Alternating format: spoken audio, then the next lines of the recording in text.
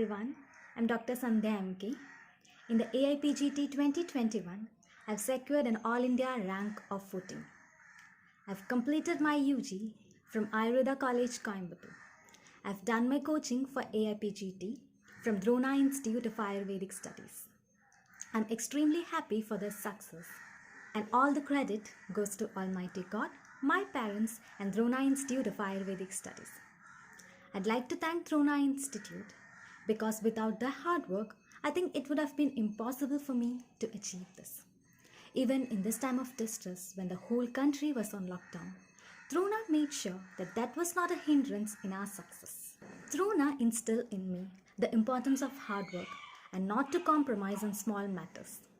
The classroom atmosphere in Drona was extremely friendly. The materials provided by Drona was comprehensive, and it covered all the 4.5 years course of BAMS from the competitive point of view. And Drona conducts a series of test series that helps us to assess ourselves and to improve us. And whenever I had lost hope, Drona was there to bring my spirit up. And the way the concepts were explained and different fun teaching techniques made the whole process of studying extremely enjoyable. Now I'd like to say a few points about one of the most important points of any competitive examination preparation, which is question paper assessment. When we're able to see how we are doing, then we'll be able to determine whether we understand or do not understand the concepts.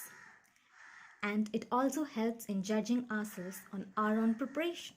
When we take various mock tests and we assess ourselves, we'll be able to determine our areas of strength and also our areas of weakness. And so we can prepare accordingly and improve us. So whenever we assess a question paper, after attending the test, when we are assessing our answer sheet, the main question that comes in front of us is, why did I leave this question unattended? Or how did I get this question wrong? So the answer or the three possibilities of these is, first one is, I've not at all seen this topic. This topic is entirely new to me. And the second scenario will be, I have seen this topic and I have read about it, but I have not given much importance to it. And the third situation might be, I have studied this portion extremely well, but at the time of the examination, I am unable to recollect it. So now we have to find the solution for this. So moving on to the solution. For the first scenario, that is, I have not at all seen this topic, we have to refer our samhitas and our textbooks and make us familiar with the concept and write notes and study it. And the next scenario will be, I've just read it and I have not studied it, so we have to study thoroughly the topic knowing that it is important. And the last scenario will be, I had studied it but I do not recall it.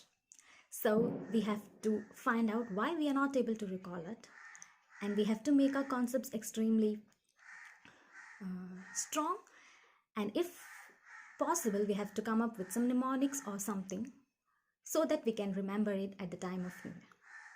And now another possibility, very dangerous possibility, is I had studied this portion and I know exactly which the answer is, but at the time of the examination I just clicked on some wrong answer. So the cause of this is our lack of concentration.